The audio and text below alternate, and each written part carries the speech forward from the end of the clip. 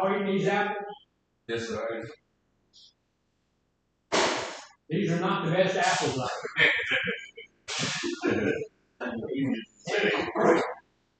Can I ask you a question? Yes, sir.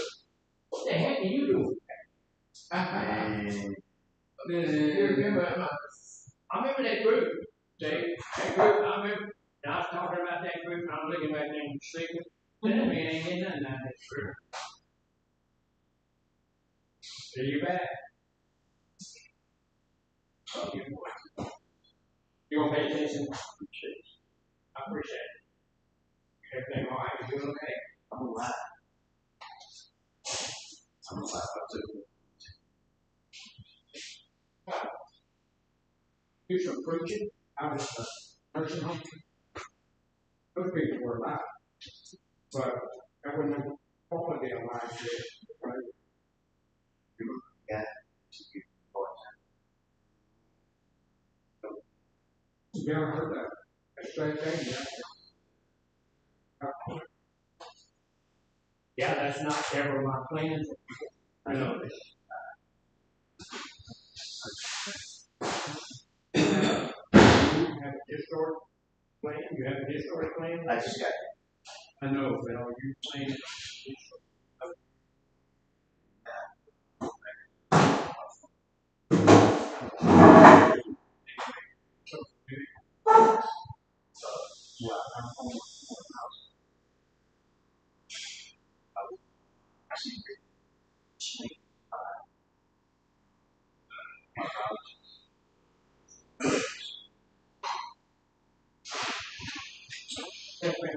I need your ear.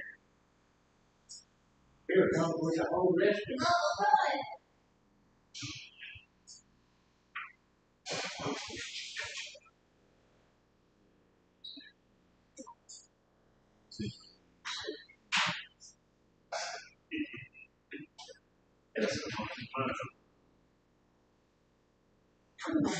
Oh, And Diamond, breakfast. What was that? My ain't gonna tell you. Yeah, but I didn't know you were here. Hi, bro. Yeah.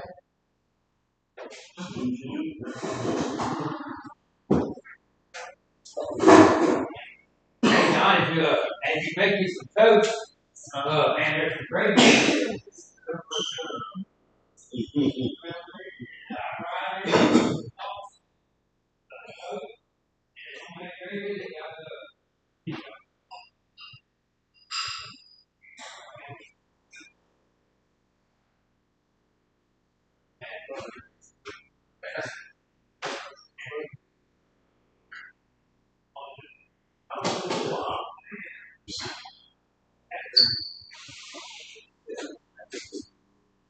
No.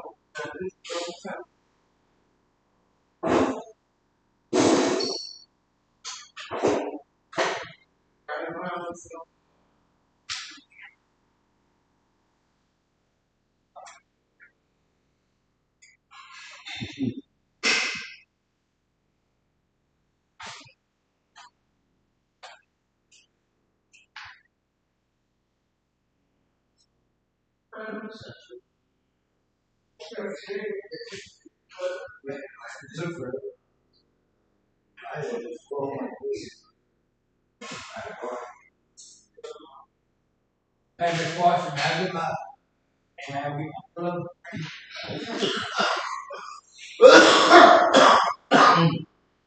Ponder on this, like man, you already know you're gonna sleep. that. I know. 6 of us too. For a long time. Oh, God. We drink some coffee. So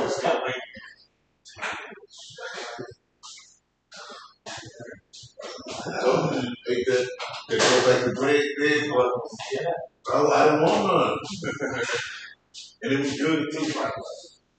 I know women. Yeah, man, it started off with just gonna be a coffee. Gonna be like, hell. I'm gonna be carried away.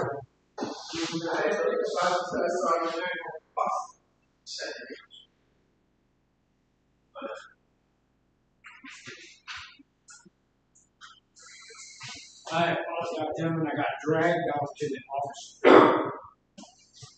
and yelled at. All right, good. All righty then. Good morning. Not a whole lot of us here this morning, but we need to make sure that we are signing in our signing in sheets on the right one, and that we have our books with us. All right, and we are stopping our novel reading and stuff like that. And you know, I'm a writer, and one of the things I love to see people reading, I have 7.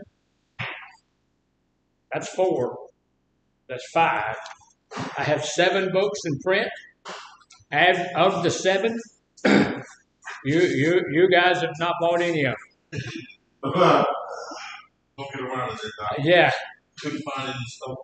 If it's not, you look. If you look online, go put on Google Dr. Garner's books, and they'll all pop up. And just start. And you can buy. Look, it ain't Christmas, but you could buy like 200-300 of them. And then when Christmas comes, you'll already be ready. Valentine's Day is right around the corner. One of my books is How to Have a Perfect Marriage. You need that one. You need that one. Really, the one, if I was going to buy one myself, it would be Old Jack One Eye and other short stories. It's really, really, really good. And then I have another one called Escape to Mars. That's a really good book. I like that. And so I'm blowing my own horn, but you know, we talked about before. You know, my mom and all those people used to say, don't blow your own horn. But sometimes you have to toot your own tutor, right? Because if you don't toot your own tutor, your tutor don't get tooted. Yeah, you know, so that's the way that is. So look, today is Thursday, and we are on emotional health on Thursday. Yesterday, I wasn't here for group. I had to go see my doctors, and I have some fairly good news. My cardiologist said that I could go back to working out. I said, well, you know, I work out pretty hard. She said, great.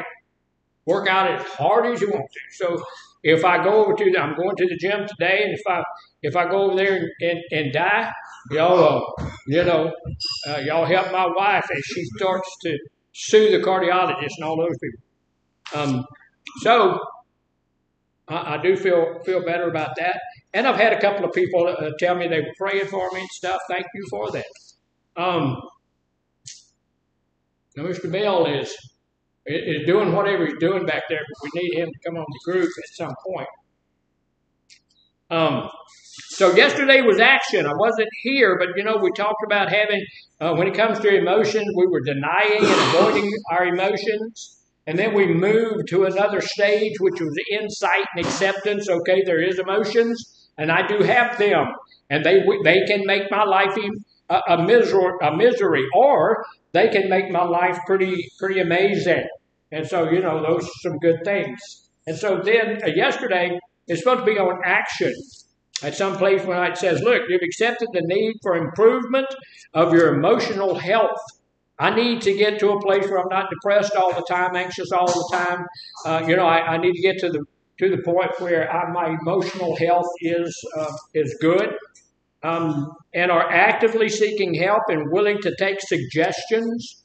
You know, sometimes when I'm in my emotions, I don't want somebody to give me any suggestions. You know, I just want people to leave me alone. Let me go off and be what I am. Let me be all sad. Let me do.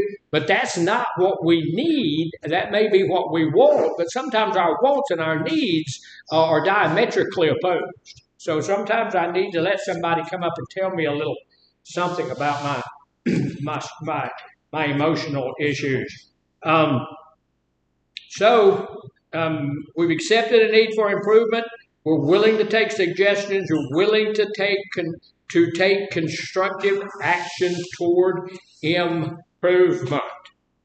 You know, if I'm anxious all the time, I may need to get to the place where I can do something about it. What's an action toward improving that?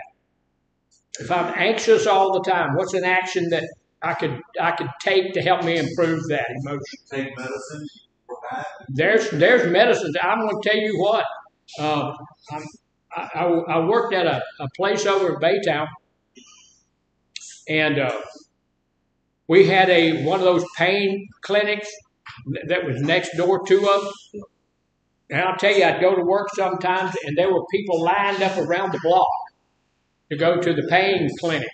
And the nurse would go out down the road, down the block, asking people what they needed. So by the time they got up there, it's just picking up candy. So they can do the same thing with anxiety or depression or whatever else. If you want to, they'll throw a pill at you. I think sometimes your doctor ought to use a slingshot.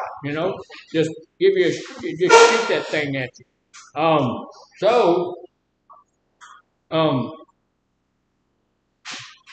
Okay, all right. I'm processing something right now. I ain't gonna take long, but I'm processing. So we're moving on from there. We're going over, and right now we get to a place after we decide to take some action. It can help us in our self-esteem and our healing. You're currently engaged in honest, positive work to address your emotional health concerns, including in-depth sessions on an individual level with therapy or counseling professional. Sometimes you need to do that. Sometimes, look, instead of just throwing a pill at something, sometimes you need to go see somebody. Look, they tell me that a problem shared is a problem had, right? We need other people. So it's a good idea that if I have some type of anxiety going on in my life, I have some depression going on in my life, whatever. If I'm sad, mad, glad, whatever it is, I might need to go sit down and talk to somebody about it. I might need to get it out before I start letting somebody throw pills at me. Look, we talked about this. Sometimes medication is necessary, right? Sometimes you've got to have it, but it is never good for you. Whatever pill you're putting in your body is not good for you. And I'm going to tell you, you ever seen one of those things that you see on Facebook that say, look, we've got this, it's in the Bible, and it's ancient, and this is going to help you, and everybody's going to be healed when you take this. And then they'll go for 45 minutes before they ever want to tell you what it is, and it's always another pill. Okay, so one other thing that helps with anxiety and depression and all those things is what? Talking. What is it? Talking about it. Yeah, we need to talk about it. Also, exercise is really good. I'm going to tell you that none of us get enough exercise, but exercise is really, really good. So today we're at that place where we're helping our self-esteem and we're doing all of that kind of stuff and we're getting a little bit better at things. But if you'll notice up here, we got a guy on the board. So what's he look like? He's angry. Pretty easy to tell when he's angry, right? This guy just looks angry. And here's the deal. When you're angry, when you allow yourself to get angry, then everybody can tell. It's not a secret anymore. People can tell when you're angry. So what makes you angry? Yes. People bother, interrupting my peace. People interrupting your peace? Okay, I'm sorry. I didn't mean to. All right, so what makes you angry?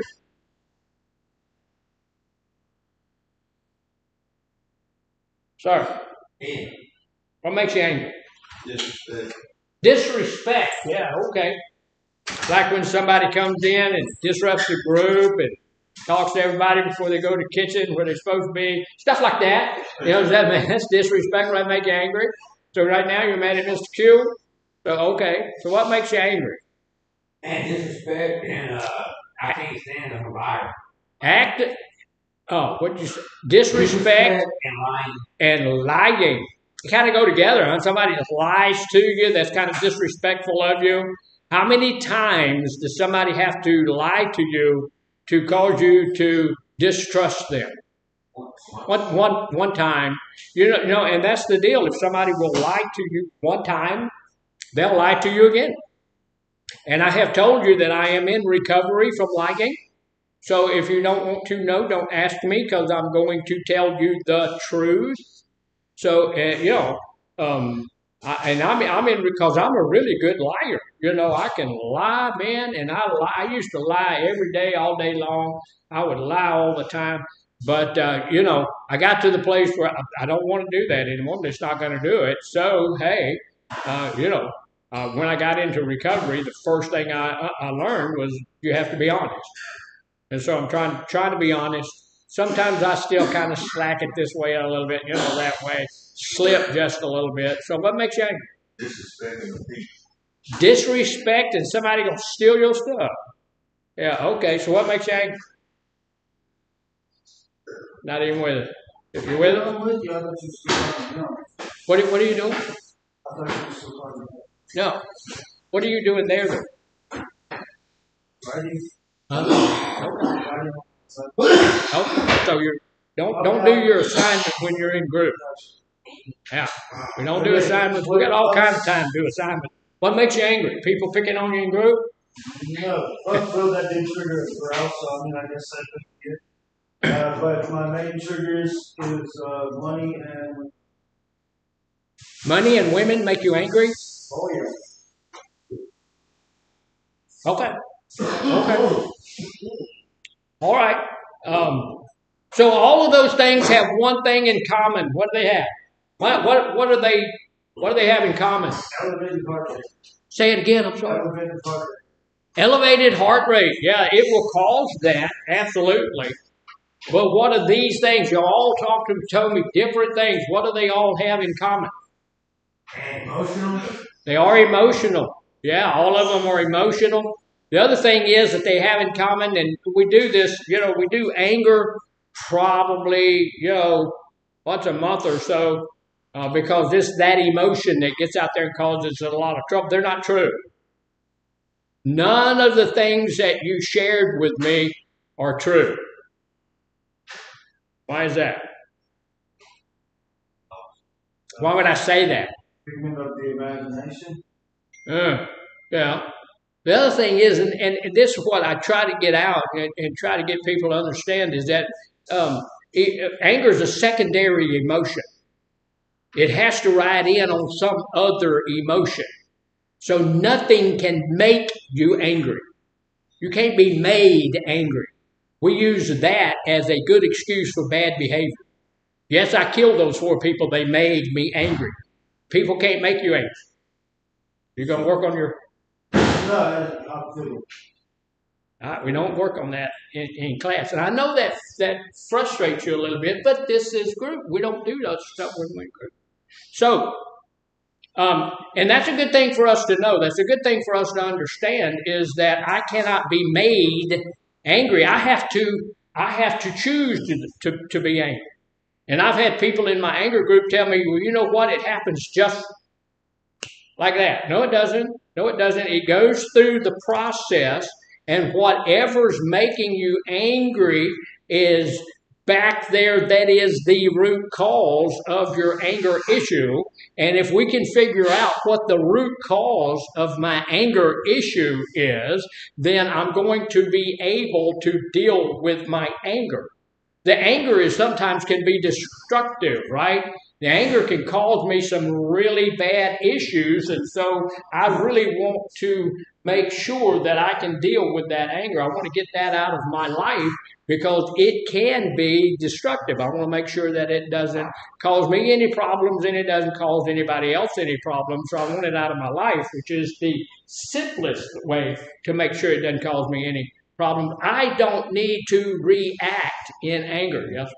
Yes, sir. And can anger be good and bad?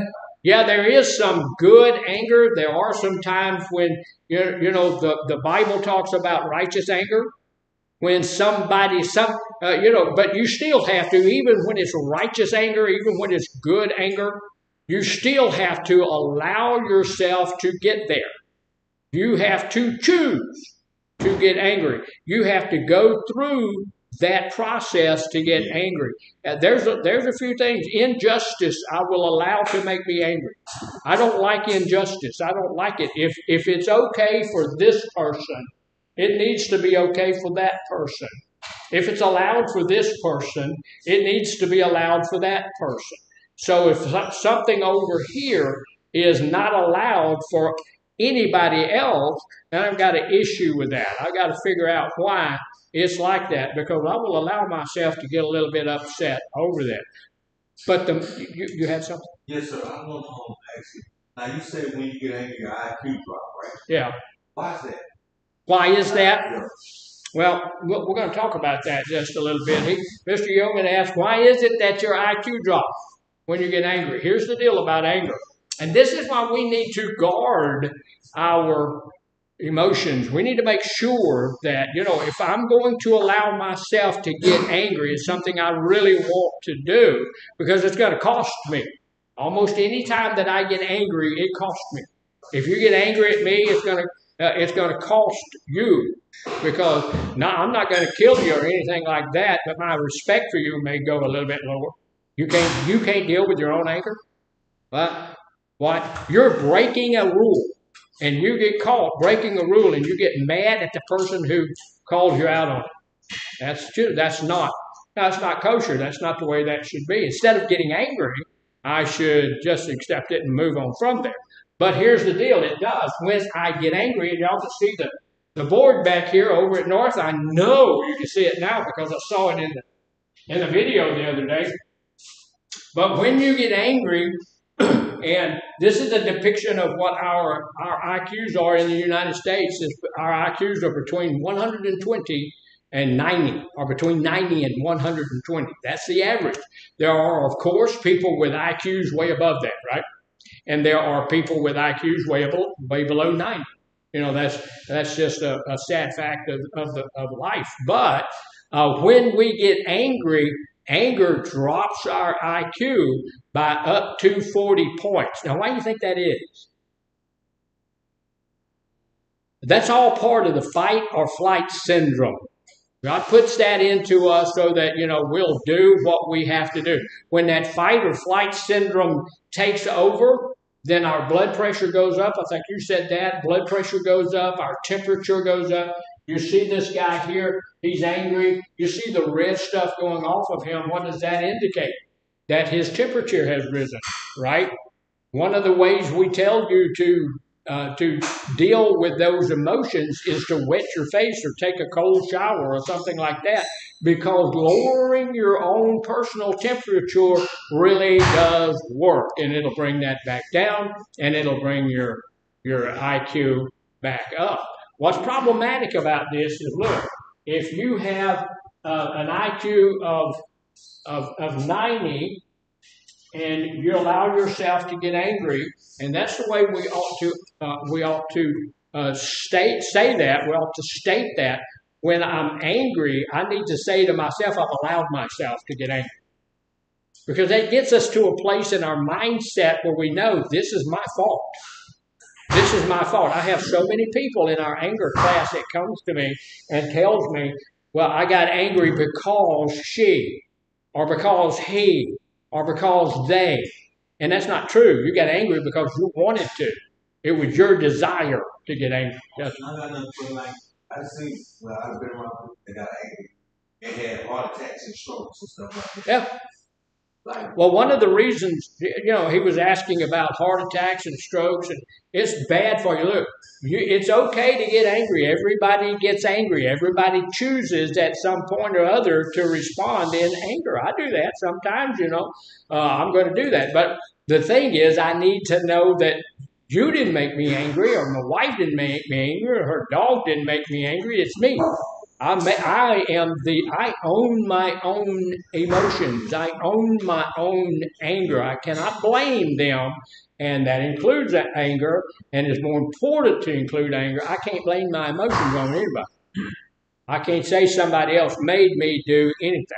So, the reason, here's the deal. This is okay to get angry for a while, to have that emotional distress for a moment, but then we have to know that this thing has to go back down.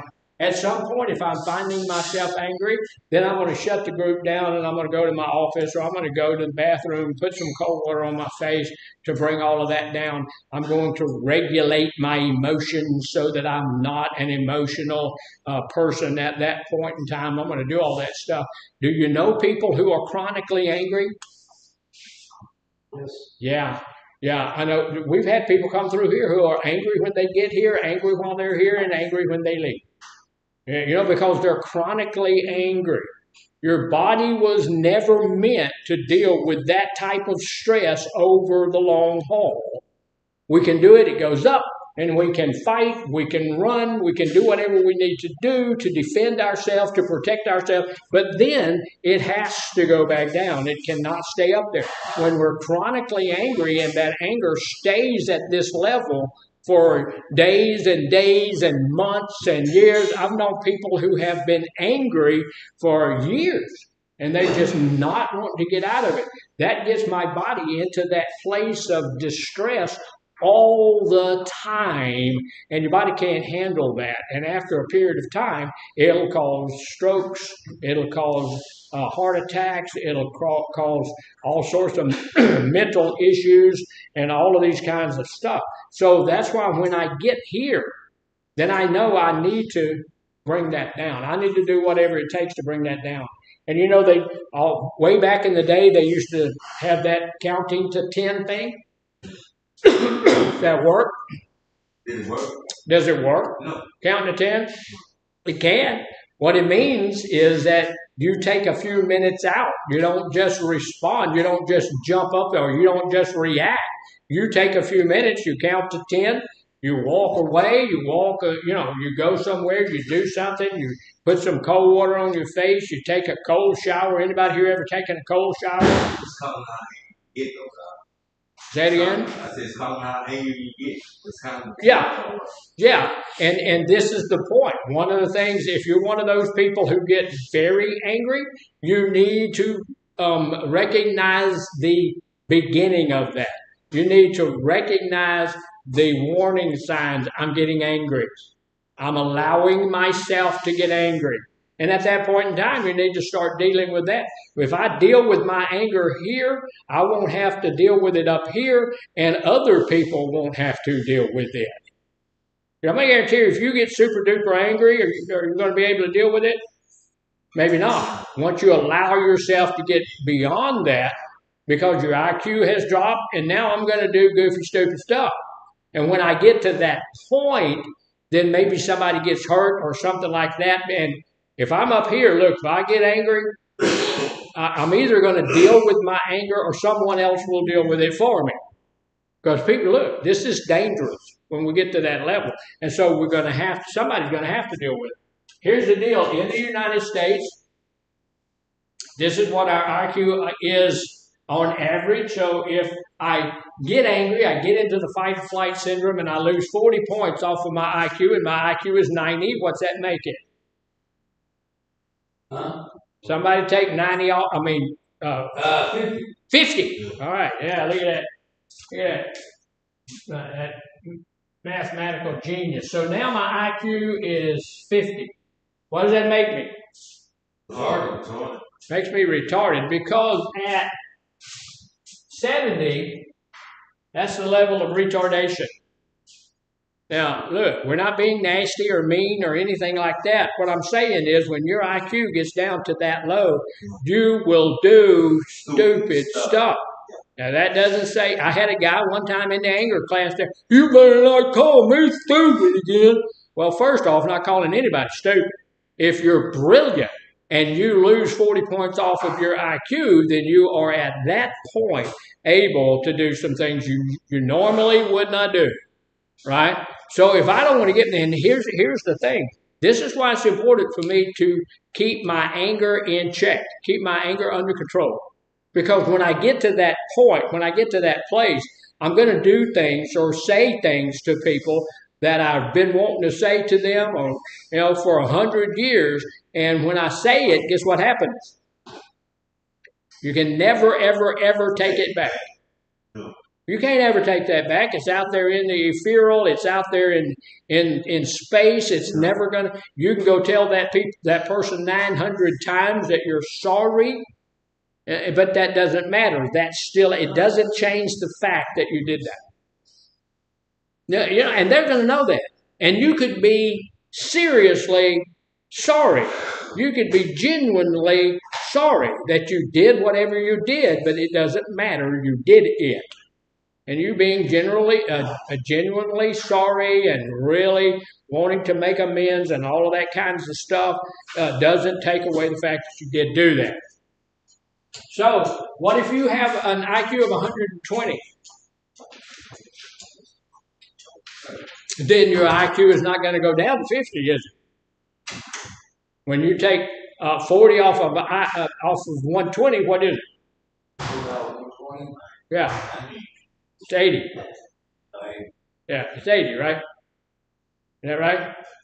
Even if it is 80, 90, look, here's the deal. If I'm used to working at 120, but now I'm working at 80 or 90, I'm not functioning where I usually function, and now I'm capable of doing some things I shouldn't do, right? I've had so many people, man, they've done some stupid stuff when they were angry. They've shot people, they've stabbed people, they've run people, beat people up.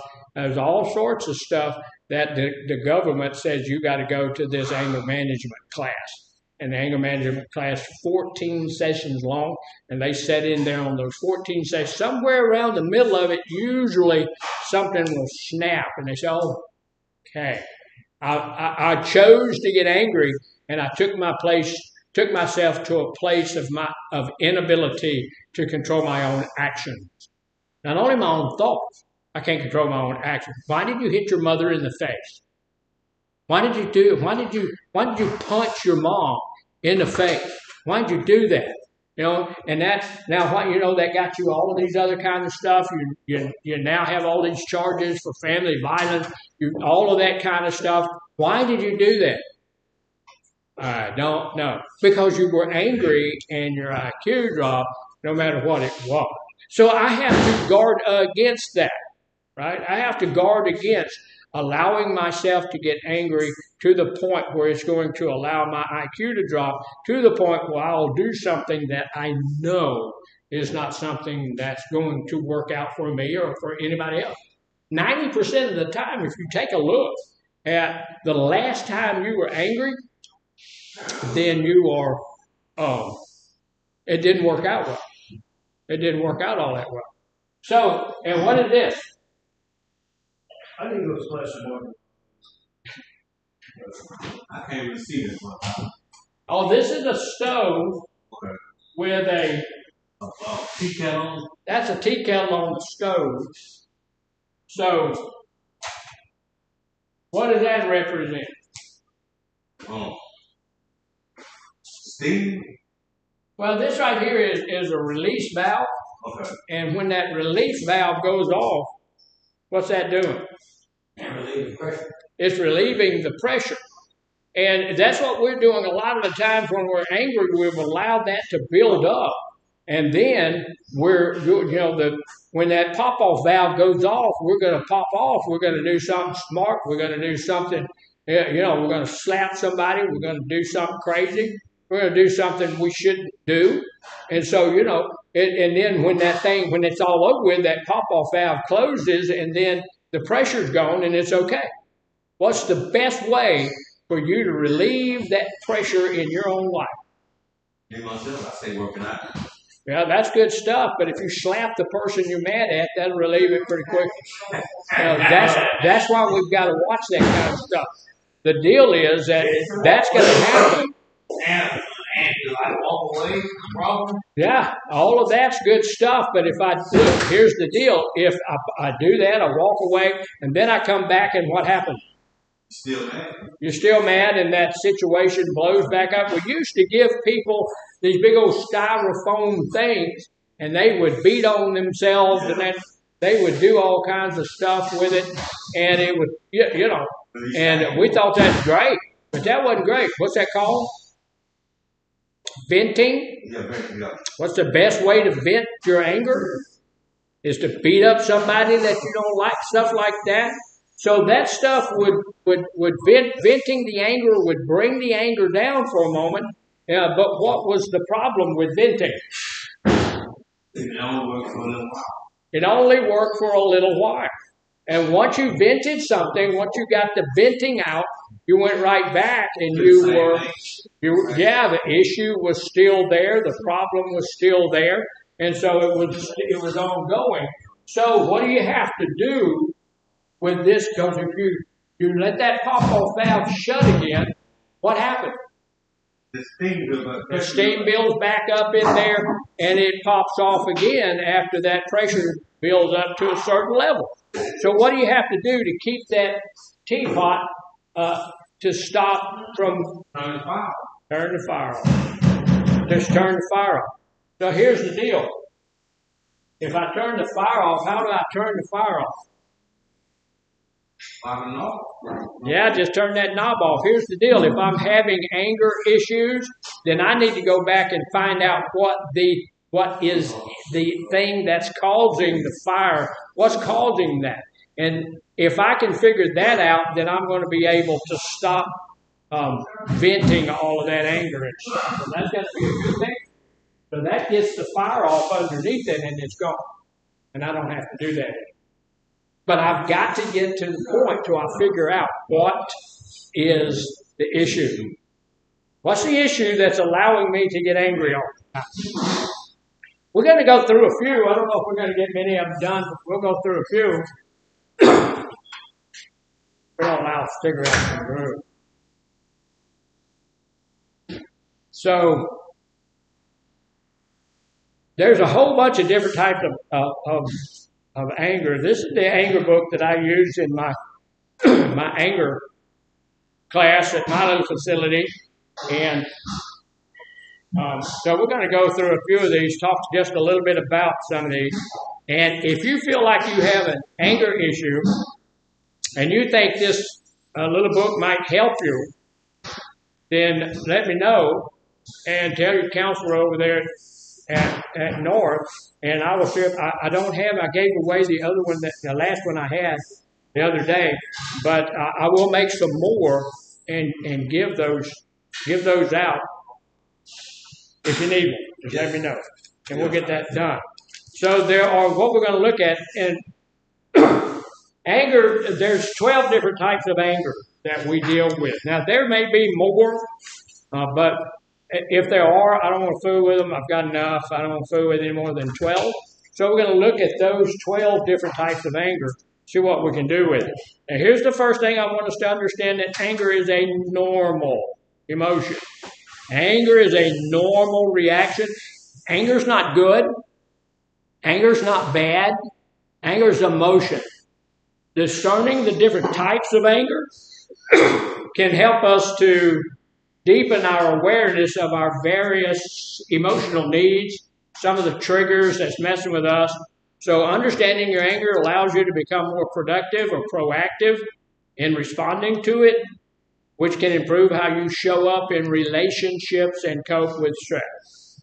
So look, you may recognize some of these.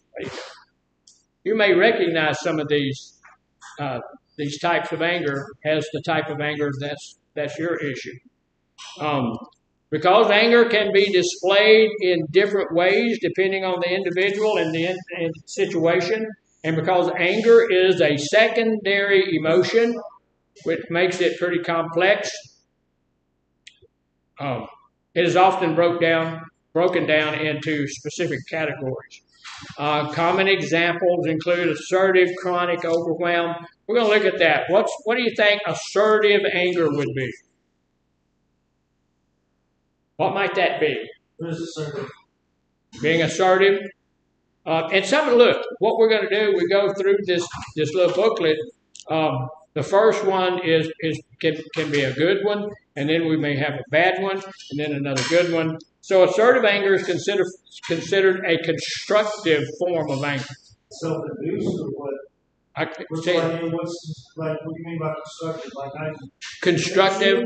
Yeah, well, sometimes we're going to go over it, but sometimes if you constructive anger means that anger can be focused on myself or some activity that's going on in my life, and it can force me to be more productive in that area, or it can move me along and help me to be more productive in something that I'm doing.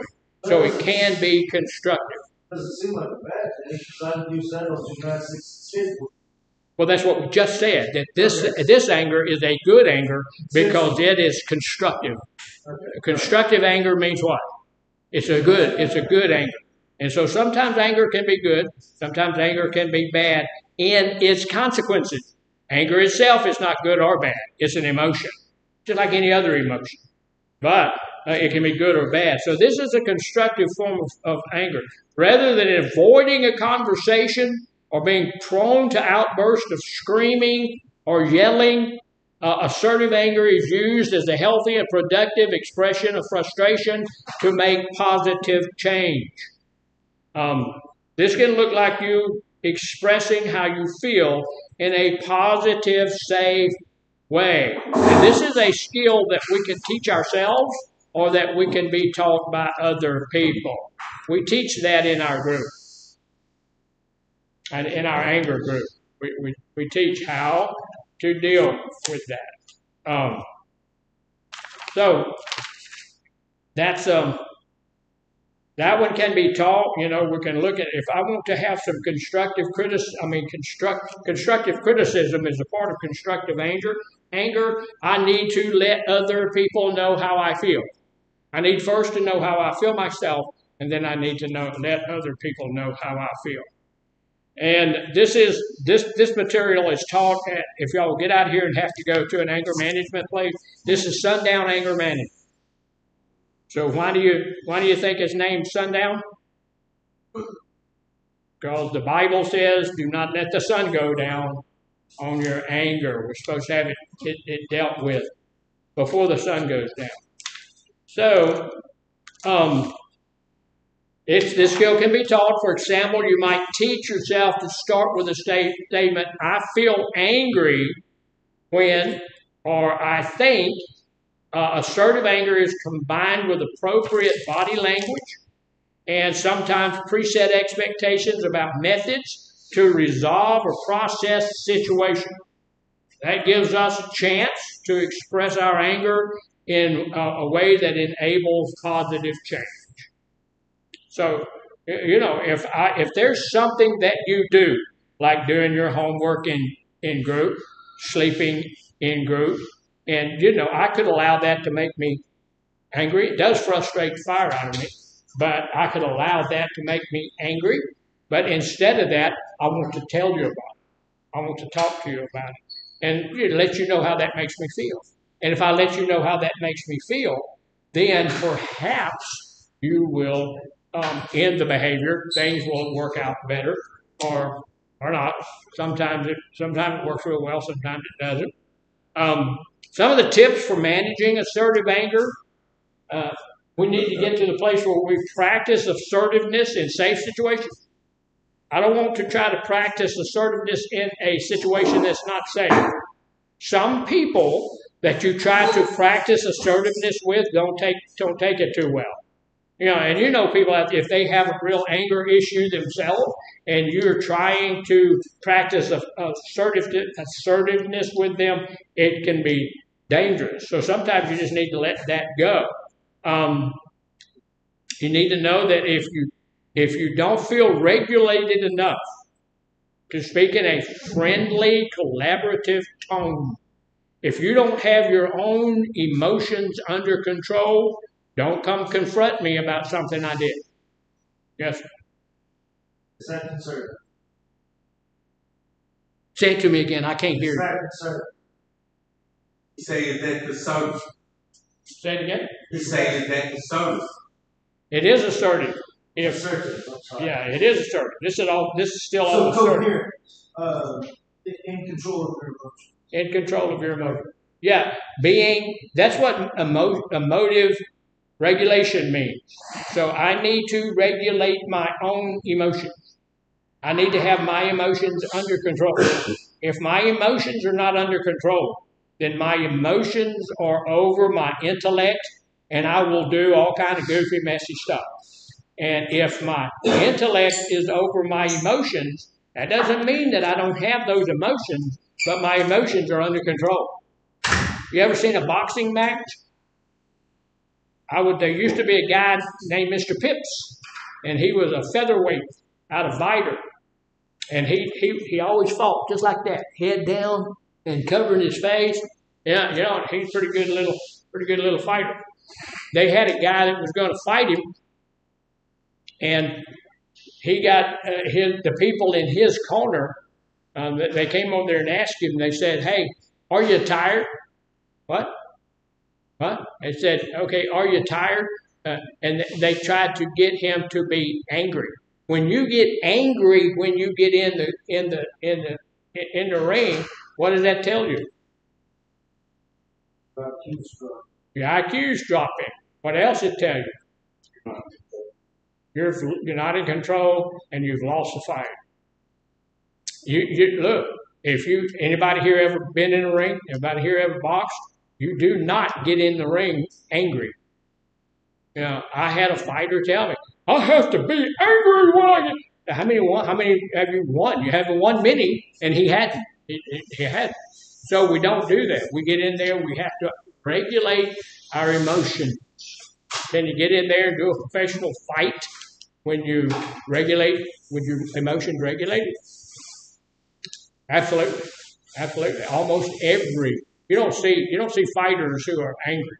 If you do, they're losing the fight. So we need to keep our emotions regulated.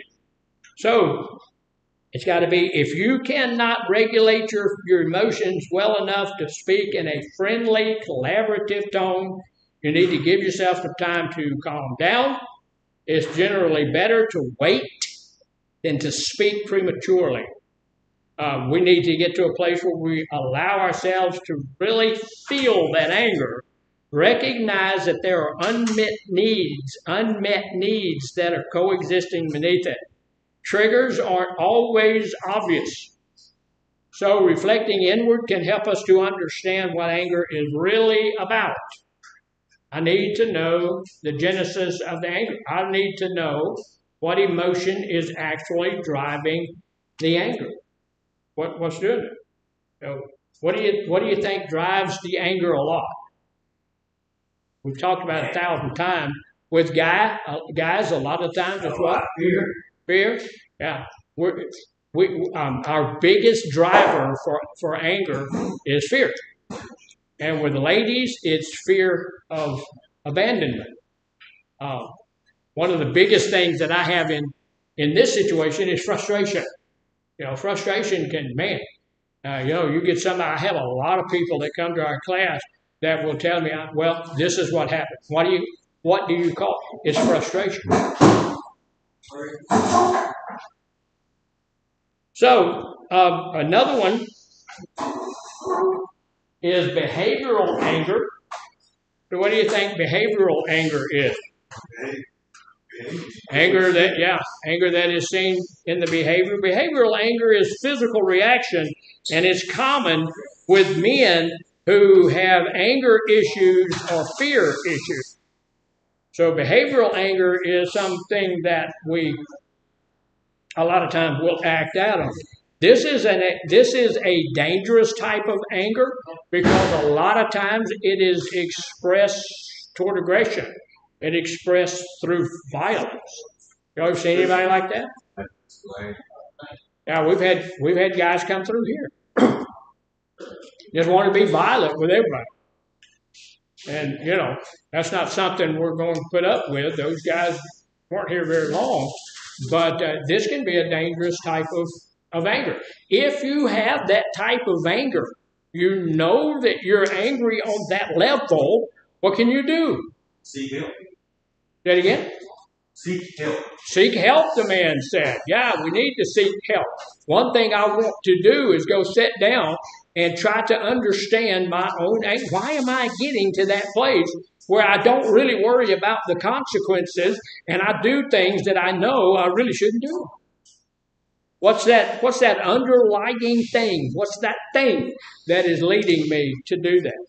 So it can be dangerous, potentially slipping into destructive anger or displaced anger. That means this caused me to be angry, and I know that's what caused me to be angry, but I'm going to be angry at Miss Cynthia. I'm going to get angry at her. You know, a lot of the times we hear about all these mass shootings and stuff like that, and when when you think about them, those people were angry, but they usually had no idea who they're killing. They're just angry because they're angry. So, that's misplaced anger because maybe mama said something to them and they go out there and hurt somebody else. That's misplaced anger. So behavioral anger is impulsive and unpredictable. Somebody that operates in behavioral anger, we really don't know what they're going to do. We really don't know. They really don't know. So if I have an anger issue that I don't know what I'm gonna do, what should I do? Well, if I have an anger issue that I know that I can get to a place where my actions can be impulsive and unpredictable and all of that kind of stuff, I need to be at a place where I'm going to not go to that place. I don't need to be there. Sometimes ending with unhealthy, legal, or interpersonal consequences. Those things, just because I get angry, wind up in jail, wind up in prison, wind up hurt, somebody else hurt. So, those are interpersonal consequences. I'm not going to live with an angry person. In about 2 weeks, no, in about a month, my wife and I are going to have on the 24th of March, we're going to have our 53rd wedding anniversary.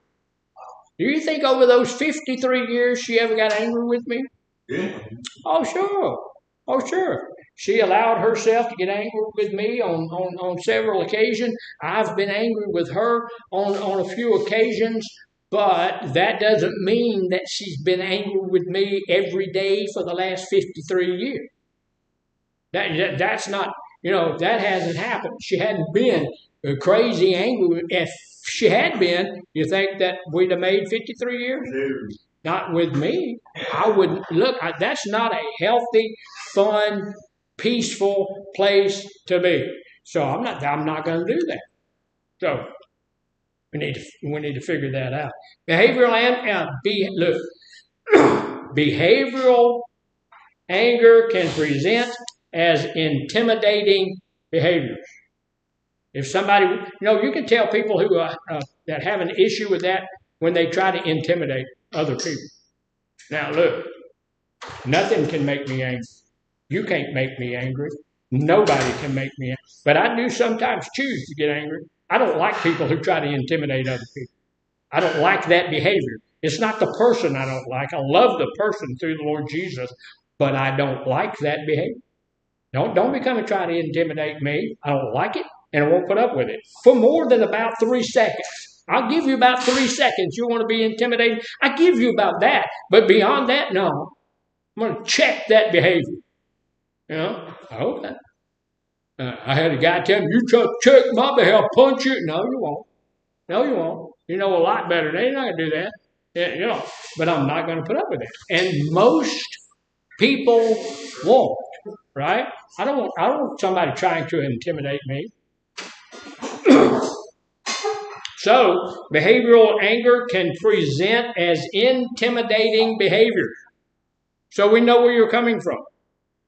Cornering someone, trying to get to where they can't move freely, raising your voice. Let me share this with you. If you can't tell me, now look, and I do apologize, I did not wear my ears today. You guys sitting on the back there, it's hard for me to hear you. I do apologize for that. As I grow older, I was in the artillery when I was in the military, and there was a time when I was in command of a gun, and I was outside. The commander's outside the gun on firing when you're doing firing orders. I was outside the gun, and somebody else gave the order to fire. I didn't have my earplugs in or my helmet on. And that thing, when it went off, I couldn't hear for 3 days. And my helmet was sitting up front. I had just taken it off, I was supposed to do that, but I did it, had set it up front. So they fired. I couldn't hear. Immediately after they fired, I couldn't hear out of either ear. And then they swung the turret around to do another fire. That time I was closed up here, but they crushed my helmet. I mean, that helmet didn't stop that turret at all. So, and that's where a lot of that comes from, and I do apologize for that. But, so sometimes you have to speak a little bit louder for me to hear what you've got to say. But if we're in a normal conversation and you want to walk up and raise your voice, don't do that. That's intimidating, and that's not the way we do that. Throwing, once you get past that intimidation, throwing or shoving things, breaking things, attacking somebody else, it's important to identify whether you feel like the anger is slipping into that area due to potential legal or interpersonal consequences. Don't chunk nothing at me. I'm going to guarantee you I don't like that. Don't throw stuff at other people. Don't do those kinds of things because it can get to legal stuff. If you hurt somebody, are you going to go to jail? Probably. If you hurt somebody in a facility, we're going to call the police on you, and they're going to come get you, and they're going to take you somewhere. So this type of anger here has to be dealt with. And so we're not going to not deal with this type of anger. And that's behavioral anger. Now, there are some ways to deal with it. It's how you manage it. It's how you manage it. You need to be honest with yourself about that behavioral anger tendencies. Let me tell you a little something. Somebody back here said that, I think it was Mr. Hill, said that they didn't like people lying to them. I will tell you this. A lot of people who have behavioral anger issues are also chronic liars. The way that you can tell that they are lying, they're talking to you. Right? If they're talking to you, they're lying. That's because they have to use that act of lying to cover their behavioral anger issue. Somebody else always did it. Yeah. So, some of the things we need to do is be honest with yourself, honest with other people, spend some time learning to identify how and when that type of anger shows up. We can't deal with it unless we know what's happening. We got to get to the place where we understand other ways that we can cope if we feel ourselves getting escalated. Remember, we said you can go wash your face with cold water. You can take a cold shower. I'm going to tell you, if you can take a cold shower, that's a big deal. I can't do that. I cannot take a cold shower. I can splash my face with cold water, and that does help sometimes, but I cannot take a cold shower. I have tried that, and I can't do it. I got to warm that water up because I cannot take a cold shower. So, but it does help. We need to get to the self where we can ground ourselves. Yes, sir. I will tell you what, when I was in the military, when we were in the field, a lot of the time we took a bath out of our helmet. And when we crushed, take that helmet, fill it up with water, set it on the fire. We had sterno cans and stuff, set it on there, and heat that up. You take one of those just kind of bath. But they actually had, when I was in the military, they had about once a week, wasn't every day, about once a week, they'd bring this big old semi-truck out to the field with a great big old trailer. And they had water running in that trailer. And yeah, they brought a big old tank full of water, and they'd run that water in, and it would drain back out into another tank, never spilled a drop. and you go in this side, you walk through it, water is blowing on both sides of you, you go down through it, and you have your own soap and everything, and when you get out the other side of it, they have a towel for you. Really good stuff. And it was really good stuff. But they did that once a week. But the rest of the time we were bathing out of our. So no, no, don't do that. We need to get to the place where we ground ourselves. Now, this is the key thing. We need to practice consistent emotional regulation to tame impulsive desire. I need to regulate my emotion. And sometimes, look, I help people regulate their emotions. When I have people come by, we have people who have the combative anger in our group. We have people who have behavioral anger in our group. When they come to the group, I greet them the same way every day. I walk up and get right in their face and I talk to them. I let them know this is not appropriate. You're not going to do anything. Today, are you angry? You want to get angry? Let's get angry. Do it right now. And they began to learn how to regulate their emotion. Because here's the deal: people with impulsive or combative anger, immediately they want to get angry. They don't try to regulate their anger. They don't try it. Are there people out there who cannot regulate their anger at all? There are people out there that mentally cannot do it. Most of them are in institutions. Because you can't just do that all the time. People aren't going to know. So, real quickly, the more they do this, the easier it feels to regulate and manage any type of anger. Think about people who got really angry on the first day. Y'all don't remember this. Maybe some of you weren't here. But we had a client that came in here months and months and months ago. And the day he got here, he took his stuff and he put it in his room. And he had a few packs of cigarettes in there. And somebody stole the pack the day he got here. And it was people nearly died over there. I mean, it's a pack of cigarettes. It wasn't that big a deal. But when we remember that he became excessively angry, had to be confronted, his emotions had to be regulated by an outside force, staff had to step in, police had to be called, all sorts of things over the loss of a pack. Wasn't a full pack, over the loss of a partial pack of cigarettes. It's crazy. And during the interchange, he was told, "We'll buy you another pack of cigarettes." Didn't help. His emotions were not. He couldn't regulate his own emotions. So the end of that was we had to regulate his emotions for him, and that did happen. So what could have been the underlying issue that caused his over the top response? I don't know at this point in time. We never got to the point. He wasn't in my anger group, and so he was here, and he was a danger, so he was removed. So we never got to the point where we figured out what's that bottom thing. What was that? Maybe as a kid, somebody stole all of his stuff, or he maybe never had anything. Something, so something was bad. That's a real bad thing. Now, the next one we're going to look at will be after the break. So we'll be back in here about 15 after.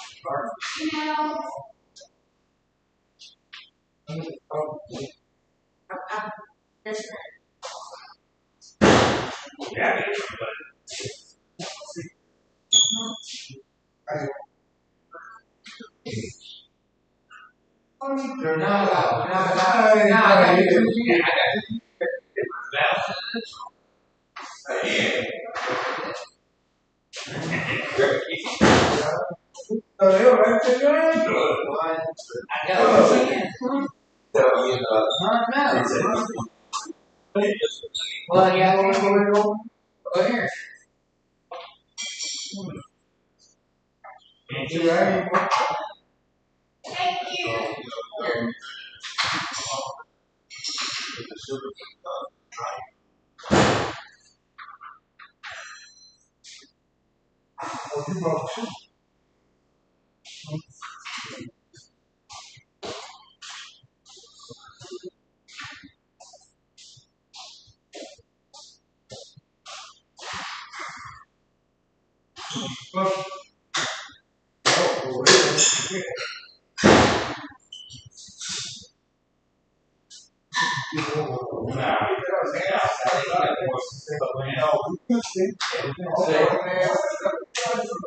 Yeah, where's that scale at?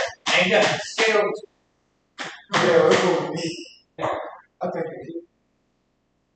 Hell, I ain't got me. Hell, give me that.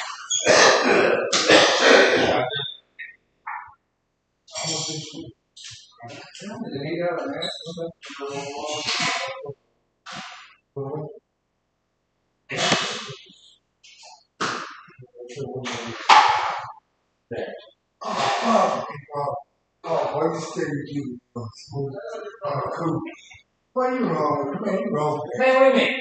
Man, I bought you a damn $3 drink out here. Yeah, you feel like getting over on yeah, you pay $1.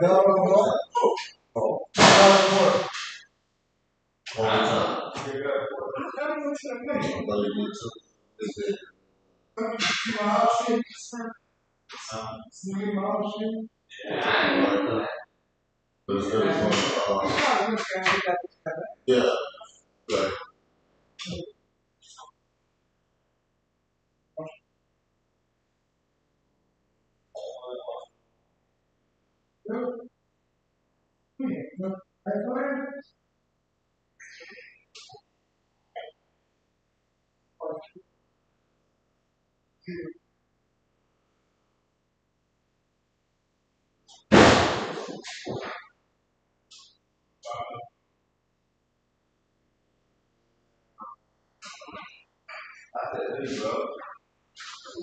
I used to have a pictures like that.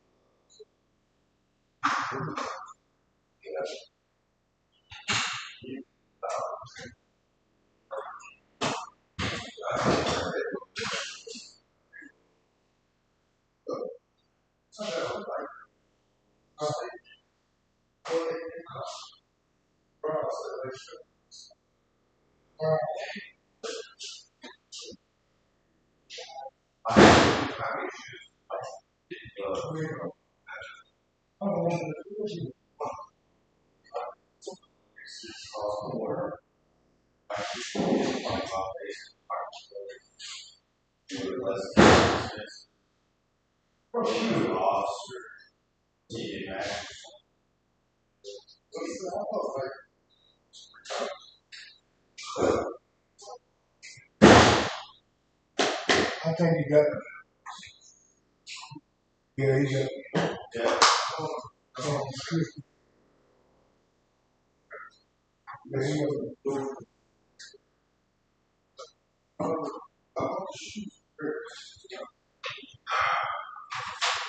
Smile.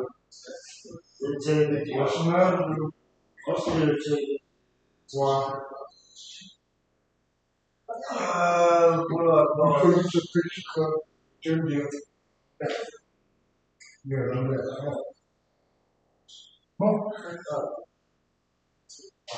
Yeah. Oh,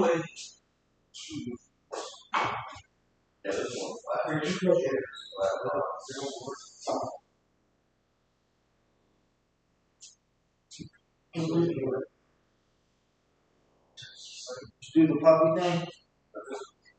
Puppy thing. Yeah. Oh, you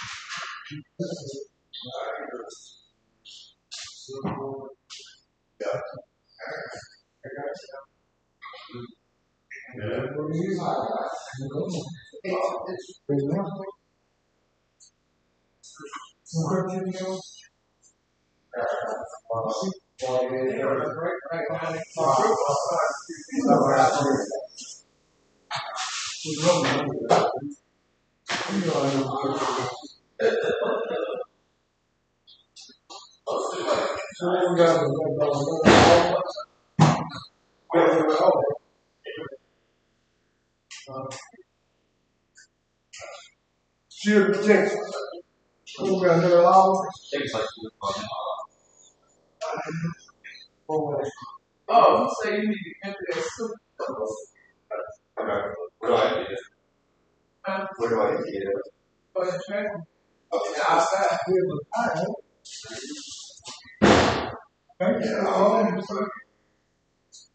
When you go out there, you gotta cook that.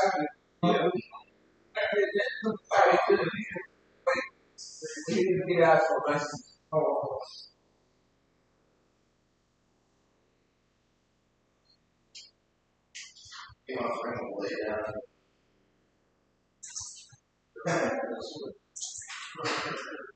It's not all. Thank you. Sleep. When I lay down.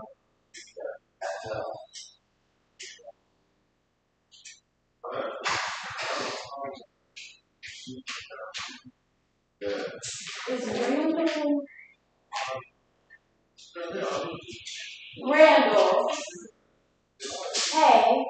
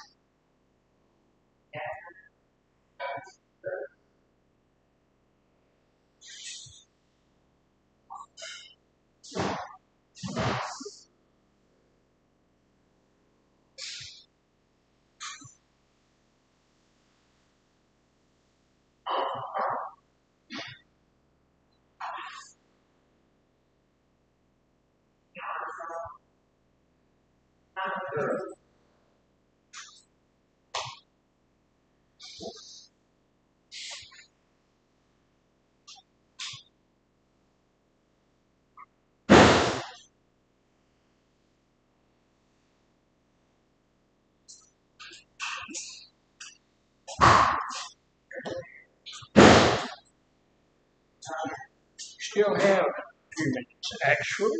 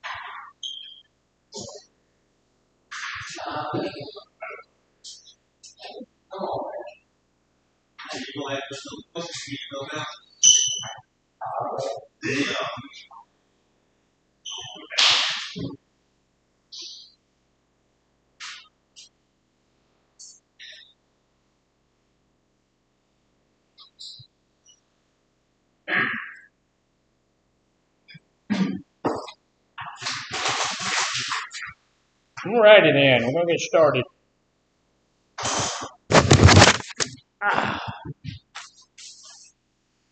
Alright, guys, first one. Alrighty then.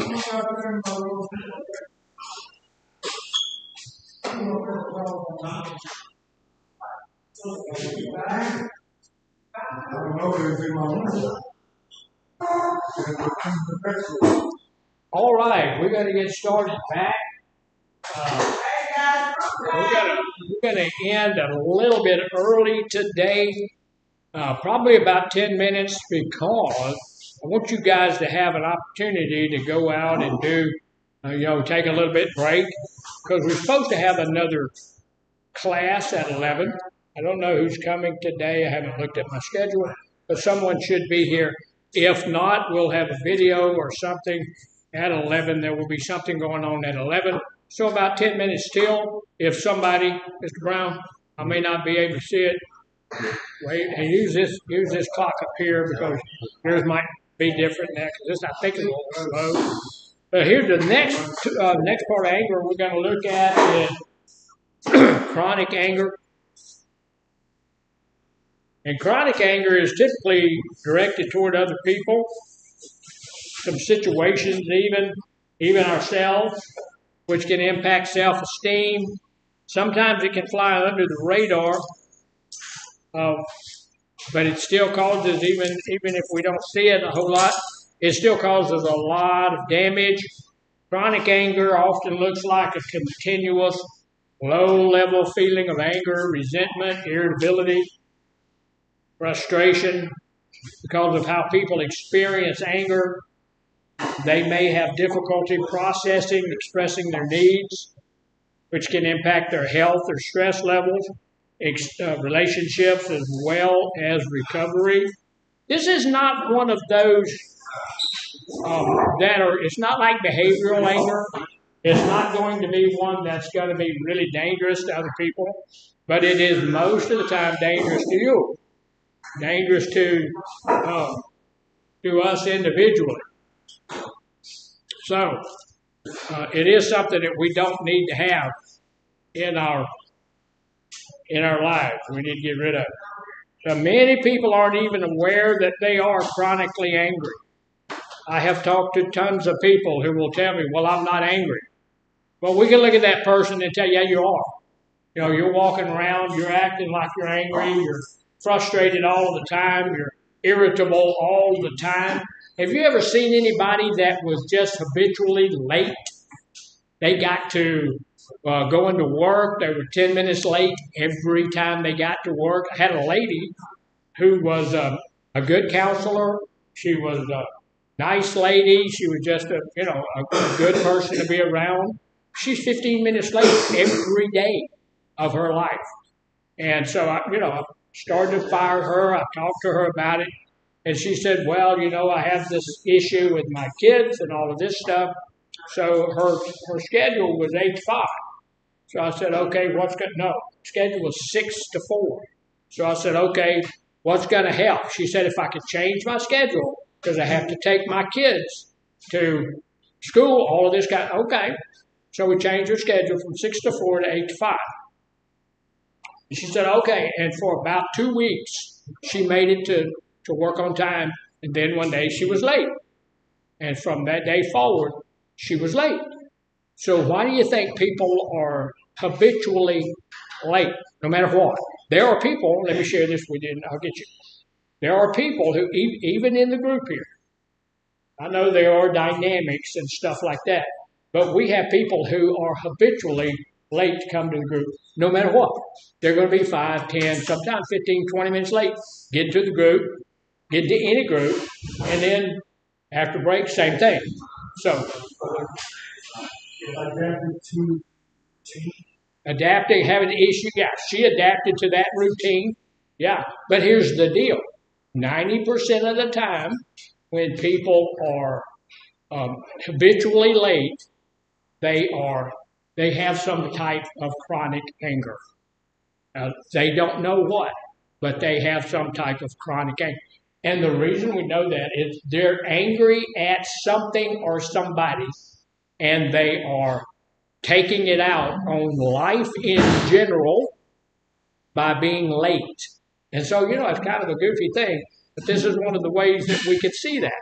And if you are irritable every time that I talk to you, you want to snap back or something like that, that tells me that there may be some chronic anger that's in there. Now, here's the deal about chronic anger. It's nasty. It's not good. We don't enjoy that. However, it's not all that dangerous. Usually people with chronic anger is not going to kill anybody like the guy with the behavioral anger, but they are causing issues in their own life. It raises up their stress level. It causes them to be to have issues with their health and stuff like that. So chronic anger is directed toward other people. Sometimes it can fly under the rainbow, radar. Chronic anger looks like continuous low-level feeling of anger, resentment, irritation, irritability, frustration, and all of that stuff. It can hurt in a lot of levels. It can impact your health, your stress levels, and relationships as well as your recovery.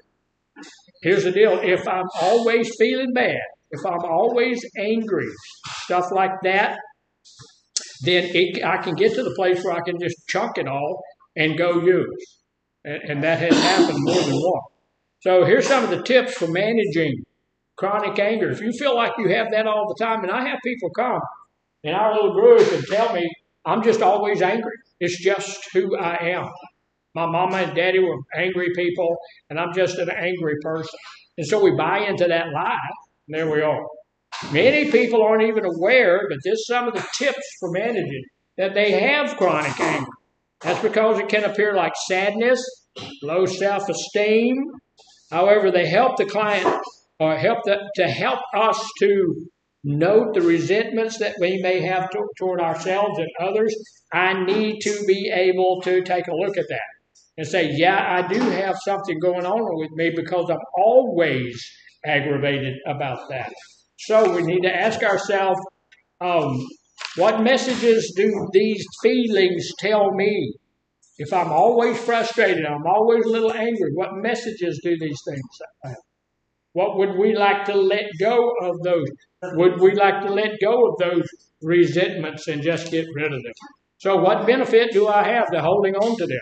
There really are no benefits to holding on to them. Answering those questions can help an individual start the initial work of unpacking that anger and getting rid of the anger. Now this is, again, this is an anger that's usually only going to hurt the individual who's wrapped up in it, but it's still not a good thing. The next anger we're going to look at can hurt a lot of people, and it's called destructive anger. Destructive anger is pretty bad stuff. Destructive anger is significantly unhealthy experience of anger that can have multiple negative impacts. While there's limited research on this type of anger at this point, why do you think there's limited research on destructive anger? Can't research it, ain't gotta be fake. Had your hand up? Happens in the heat of the moment.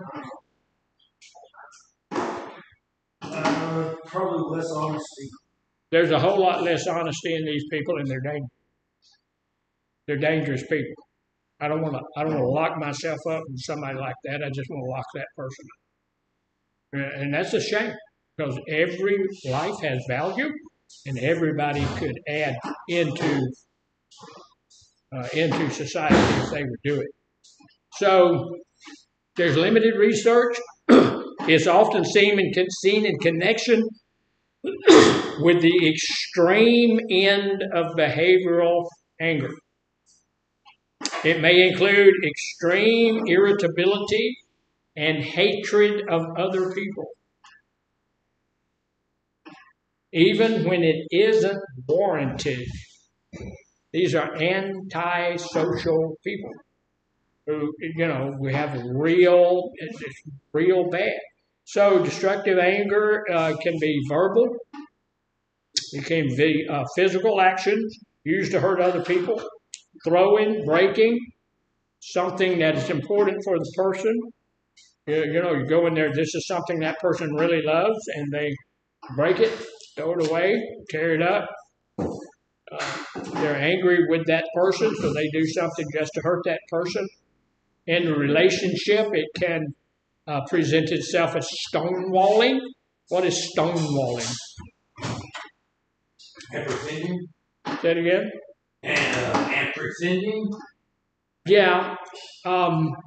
This is shutting out somebody that's the relationship of your life. Just not, shutting out that other person who's in your life. You're not having conversations with them. You're not intimate with them anymore. You're just emotionally, you have shut down toward that person. And that's a pretty nasty place to be.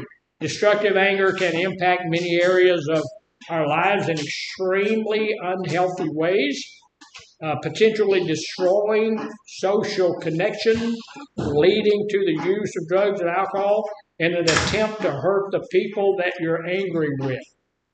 So you're angry with your mama, your wife, your husband, your dad, your children, whatever it is, and I'm going to go use just to get back at them. A lot of the times we don't know why we're angry. So,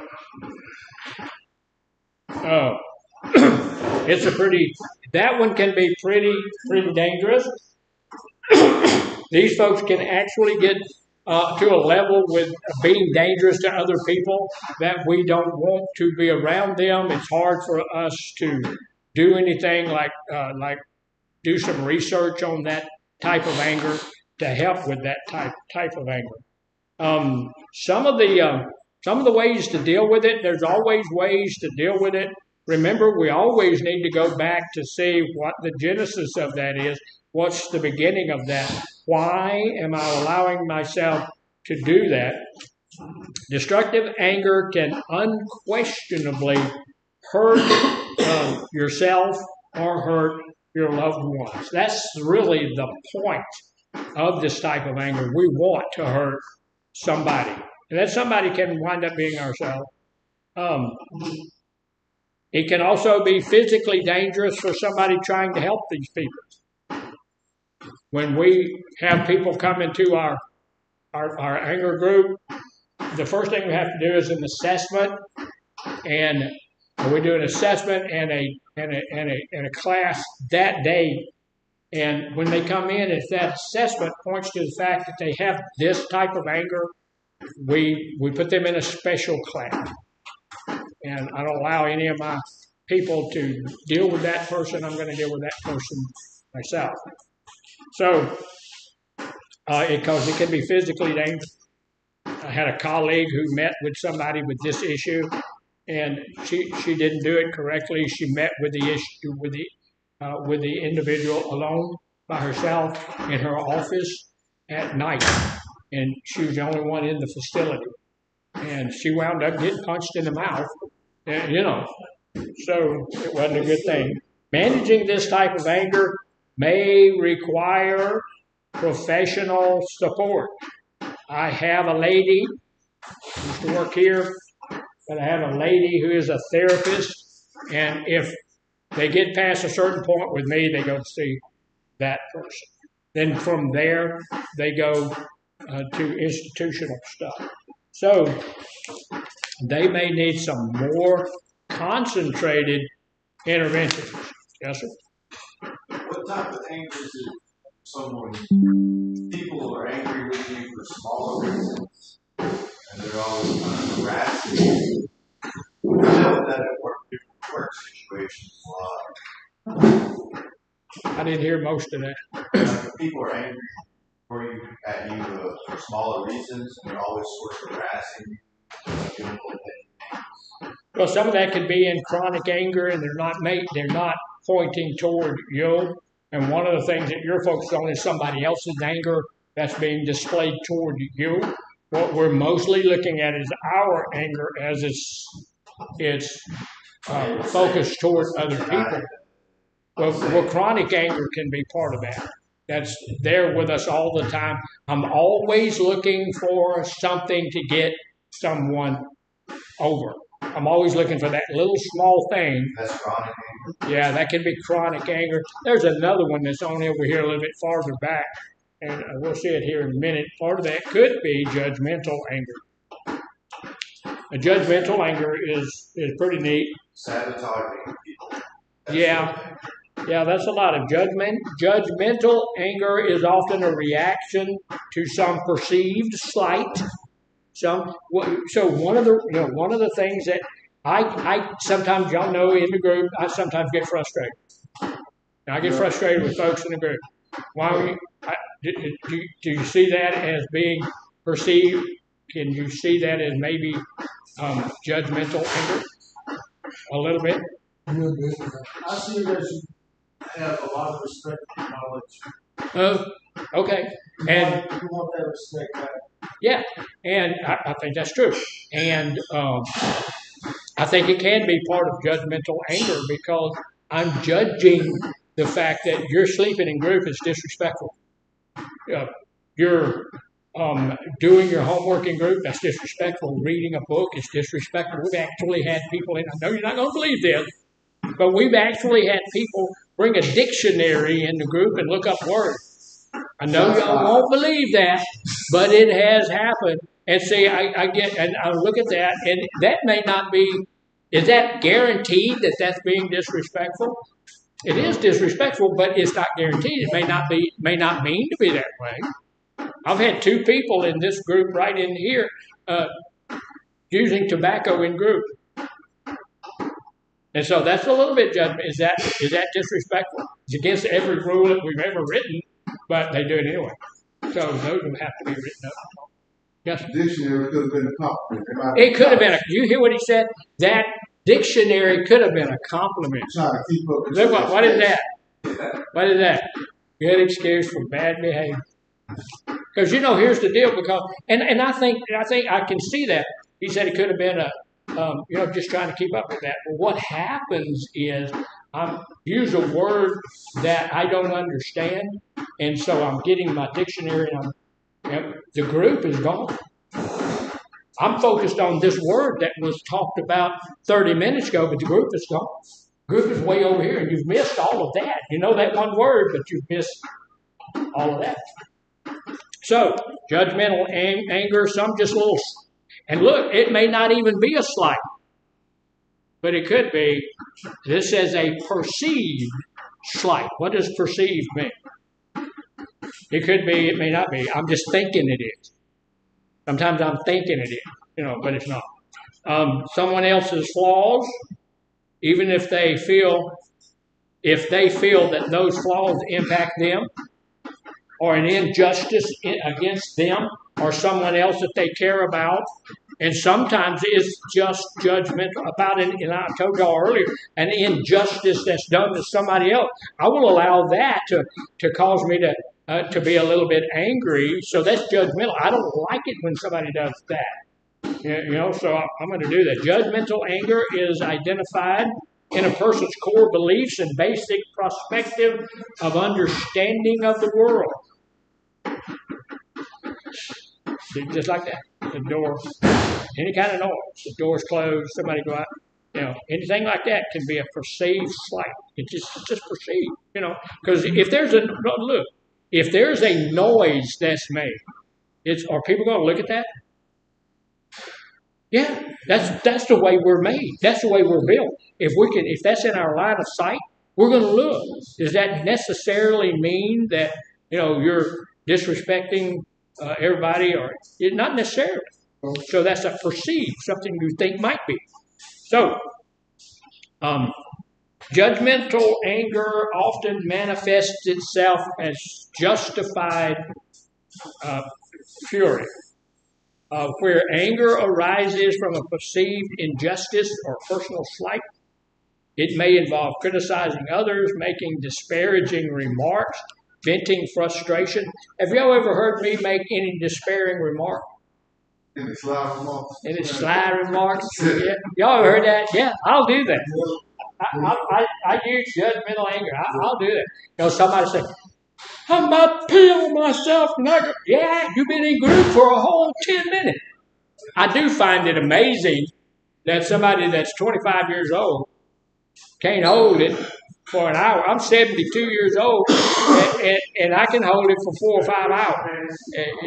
I can't hold it for another. Okay, I do, but I'll make a disparaging remark. So there's that little bit of, that judgmental anger. And here's one of the important things: we need to identify ourselves in our anger issue, and this is one that I identify. I'm going to do that just like coffee. I saw Mr. Bartow get coffee, and the solution ran through my mind. We're going to do away with the coffee at group time. Yeah, that's the last. Next time I won't be here tomorrow. By the way, we don't do group on Friday, but Monday the coffee is going to be non-existent for group time because it completely takes the focus off. He's up there getting coffee at group time, which people have been told 900 times, don't do that. Does it anyway. And then that takes everybody's, I've got to talk about it, takes everybody's focus off of the group, onto him, and all of that kind of stuff. So it's just best that that's not in the way starting on Monday. So, making those disparaging, venting frustrations about unfair, just like that. Was that judgmental anger? Yeah. Was that an example of judgmental anger? Yeah, of course it is. Everybody. Everybody, yeah, everybody, yeah. That is an example of yeah. I didn't think you were being serious. I thought you were making an example. No, I'm serious. I'm saying, Yes, yes. Yes, sir. Yeah, I think it's unfair anger. And some of us get our coffee. That's right. See, that's right. You get that? So you heard what Mr. Hill said. That's so unfair. Everybody, we get our coffee before. Yeah, you know. So that was an example of judgmental anger, right? And that's also an example of how judgmental anger hurts people, right? So I'm not going to do that. I'm not going to do that. But what we are going to do is start getting coffee before group or at break, or I will do that. You know, so there's some group we let them slide a little bit, and you know there are people who get 4 cups of coffee during group. Yeah, you know, so. We're going to be through here in about 10 minutes. So, say it again. I do drink a lot of coffee. Yeah. Y'all see me getting coffee during group? Yeah. So, making despair, venting frustrations about unfair situations. We'll call it unfair. Over time. Now, wait a minute. Before you take off, y'all let us know where you're leaving. Don't just. You have a doctor's appointment. You got to sign out and all that stuff. Over time, this pattern it can strain relationships. Now, you know, if we really did cut the coffee off, y'all wouldn't like me much, right? That put a strain on our relationship. Put a strain there. Real big old strain. I was telling the boss the other day. I said, you know, that guy, I don't really want to have a relationship. Over time, it can restrain those relationships. It can hinder emotional support system and contribute to feelings of isolation and diminished self-worth. Here's the deal. You know, I said we're going to take the coffee pot out. That was judgmental anger. 9 people had something to say about that. So what kind of anger would that be? Judgmental. No, it could be. It could be. Yeah, trying to control things. Yeah, it could be all of them. So here's how you deal with judgmental anger. We just need to consider how judgment is formed for self-protection. So if I took the coffee pot out, how is that self-protection to me? How am I protecting myself by doing that? Because the class ain't gonna get it. Yeah, there would be that one thing that would be taken out of it. That one distraction that would be taken out of that, right? It would be that one. So one guy's trying to be the manager, and everyone that works trying to sabotage. Right. Yeah, and that's judgmental anger. Sure. Yeah, that's judgmental anger, you know, because you're looking at that, you're thinking he's done you wrong, so I'm going to do something back to get back at him. So often we judge what we don't understand. We judge what we don't. I had somebody say the other day that I'm not going to do this because nothing gets fixed even if I do that. Well, here's the deal. 90% of the time, once we've done our part, we don't know what's happening. Because when something goes beyond us, guess what? It's beyond us. Right? So we don't know. We don't know what's going on. So we don't understand what's happening. Sometimes we judge because we dislike something in someone else that represents something we either lack or we want. True that. Yeah, you know, there are times when people will do stuff that I wish I could do, but I get a little bit judgmental on them because I would like to do it, but I don't. So instead of trying to change, we need to lean into compassion. Think about, okay, that guy may seriously need a cup of coffee. There are times when you seriously need a cup of coffee. Seriously need a cup of coffee. And is drinking coffee in group allowed? Yeah. Yeah.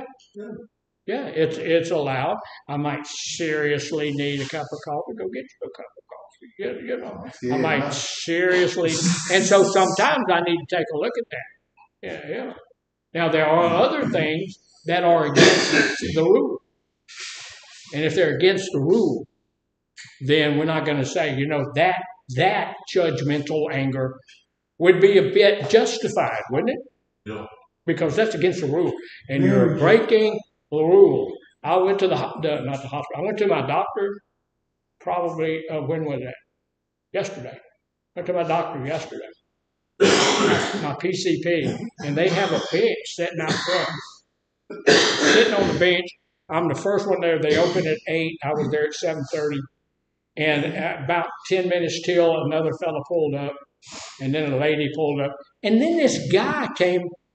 And at this clinic where we go, there's a rock road up to it, and this guy came up that rock road at like 50 miles an hour, just ran right. I'm sitting on this thing, ran right up there to it, boom! And yeah, I mean, I was just praising God that his brakes were in good shape. I'm going, okay, that's a little crazy. That shouldn't have happened. And so that judgmental, I think that was valid. That was valid because anything could happen, and he could have done somebody some damage. So, might take a good look at that. What good can you find in the other person? You look at that other person might be doing something that you really think is not. He shouldn't be doing that. Shouldn't be. You should not be doing your homework in class. And after I've told somebody 9 times, I'm going to write them up. But I also need to take a look and say, that person on so many other levels is doing so good, right? They're doing all of their stuff. They're getting all of their stuff done, and they're doing that. And okay, they're a little bit behind, so they're trying to catch up in group. So I need to look at those. I don't want you doing your homework in group, but there is some valid reason for stuff like that, and I need to look at that. So what might have led them to do that? And one of the things that bugs me is that if somebody's doing their homework in class or reading, I had a guy that used to bring, he sat right over here. It wasn't you, Mr. Brown, but somebody sat right there. He brought his Bible to every group. And look, I'm a pastor. I love the Word of God. I think it's fabulous. Don't do it in group. He's right there, and he's got his hand up. And okay, well, praise God for that. But time and place, yes. I was going to use myself as a right now. What you're talking to has tendencies of bipolar. Okay. So you're bipolar, is that what you're saying? What's that got to do with you doing that in group? Explanation. It's what? Explanations of emotions. So okay. Well, in bipolarism, we're manic for 2 weeks, 3 weeks, 4 weeks, and then boom, we're depressed for 2 weeks, 3 weeks, 4 weeks, because that's bipolar. And I'm not saying you're not. I know that lots and lots of people have that diagnosis, but all of us are up a little bit and down a little bit. Sometimes I'm in good. When I see somebody paying attention, and you can tell when people are paying attention. I get, when I look over here and I see somebody else, we're not going to point anybody out. We're not going to say anything about it. But then I go down. That is normal. That's not bipolar. So, really quickly, because we're going to quit at 10 minutes after, or 10 minutes till. But overwhelmed anger is another one of those that's not going to hurt anybody other than the person who is overwhelmed. But overwhelmed anger is a little bit unpredictable, and it can impact mental health over time. This type of anger builds up, especially if you don't find ways to express it. Communicate it how you feel. We should always be communicating how we feel.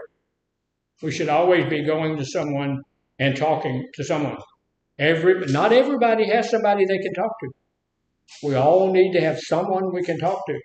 I need to be able to go and say, hey, that makes me feel bad. That frustrates me. I'm going to allow that to make me angry. If that doesn't stop, I need to be able to do that. Especially if you don't find ways to communicate. It may show itself when things like hit a boiling point. I've seen so many people that were overwhelmed at work, counselors, or the world's worst.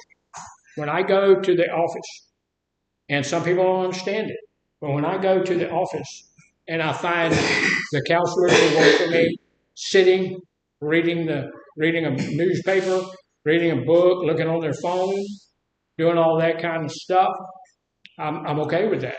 Because first off, I assume that they're caught up on their work and they're professionals and they're always caught up on their work. But they need to take a me minute. They need to.